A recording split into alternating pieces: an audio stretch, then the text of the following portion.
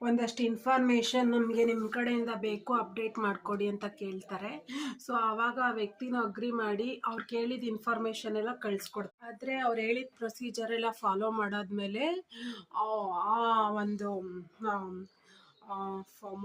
Bank ಕಡೆಯಿಂದ ಇವ್ರಿಗೇನು messages ಏನು emails ಏನು ಬರ್ತಾ ಇರಲಿಲ್ಲ. ಇವ್ರಿಗೆ ಅನುಮಾನ ಬಂದು 1 ವೀಕ್ ಒಳಗಡೆನೆ ಅವ್ರು ಹೋಗ್ಬಿಟ್ಟು ಸೈಬರ್ ಕ್ರೈಮ್ ಅಪರಾಧ ಡಿಪಾರ್ಟ್ಮೆಂಟ್ಗೆ ಪೊಲೀಸ್ ಕಂಪ್ಲೇಂಟ್ ಲಾಡ್ಜ್ ಮಾಡಿದ್ದಾರೆ.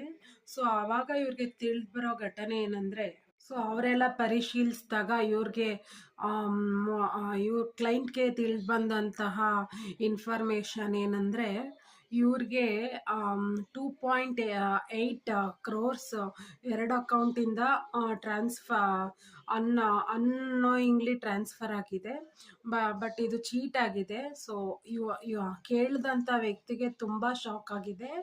ಸೊ ಅವ್ರೇನು ಮಾಡಿದ್ದಾರೆ ಅಂತಂದರೆ, ಬ್ಯಾಂಕಿಂದ ಫ್ರಾಡ್ ಕಾಲ್ ಬಂದಿತ್ತಲ್ಲ, ಸೈಬರ್ ಥೆಫ್ಟಿಂದ ಸಮ್ ಚೀಟೆಡ್ ಆ್ಯಪ್ಸ್ನ ಡೌನ್ಲೋಡ್ ಮಾಡಿ ಇವ್ರಿಗೆ ಎಲ್ಲ ಪ್ರಿಪೇರ್ ಮಾಡಿ ಸೆಂಡ್ ಮಾಡಿದ್ದಾರೆ. ಮೊಬೈಲ್ ಸೆಂಡ್ ಮಾಡಿದ್ದಾರೆ, ಕೊರಿಯರ್ ಮಾಡಿದ್ದಾರೆ.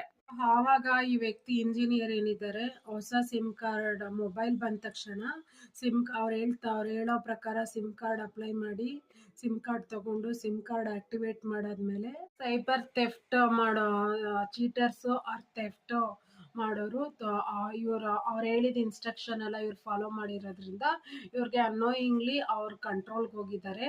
ಅನ್ನೋಯಿಂಗ್ಲಿ ಇವ್ರು ಚೀಟೆಡ್ ಆಗಿದ್ದಾರೆ. ಅಟ್ ದಿ ಸೇಮ್ ಟೈಮ್ ಬ್ಯಾಂಕಿಂದ ಏನು ನಿಮಗೆ ನೀವು ಮೋಸ ಹೋಗ್ತಾ ಇದ್ದೀರಾ, ಚೀಟೆಡ್ ಆಗ್ತಾ ಇದ್ದೀರಾ ಅಂತ ಆ ಮೆಸೇಜಸ್ ಬರ್ದಿರೋ ಥರ ಇವರು ಸ್ಕ್ಯಾಮ್ನ ಪ್ರಿಪೇರ್ ಮಾಡಿ ಇವ್ರಿಗೆ ಅಲರ್ಟ್ ಮೆಸೇಜಸ್ ಬರ್ದಿರೋ ಥರ ಪ್ರಿಪೇರ್ ಮಾಡಿದ್ದಾರೆ. ಆ ಥರ ಎಲ್ಲ ಪ್ಲ್ಯಾನ್ ಮಾಡಿ ಇಮಿಡಿಯೇಟ್ ಆಗಿ ಇವ್ರ ಅಕೌಂಟಲ್ಲಿರೋ ದುಡ್ಡು ಅವ್ರ ಅಕೌಂಟ್ಗೆ ಈಸಿಯಾಗಿ ಟ್ರಾನ್ಸ್ಫರ್ ಆಗೋ ಥರ ಮಾಡ್ಕೊಂಡಿದ್ದಾರೆ.